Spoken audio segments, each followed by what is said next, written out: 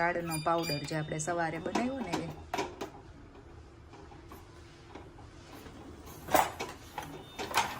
હાલ સરખું પકડજો, ઊંધું છે.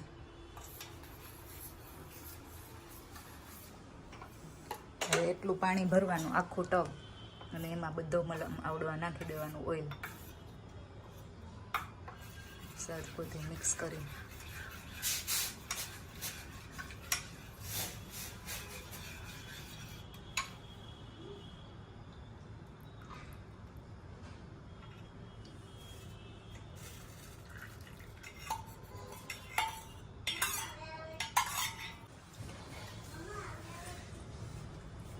જો હવે આવી રીતના જ્યાં સુધી વ્હાઈટ ના થાય ને ત્યાં સુધી હલાવવાનું હોય ને પૂરું આવી રીતના ચોળવાનું પાણીમાં.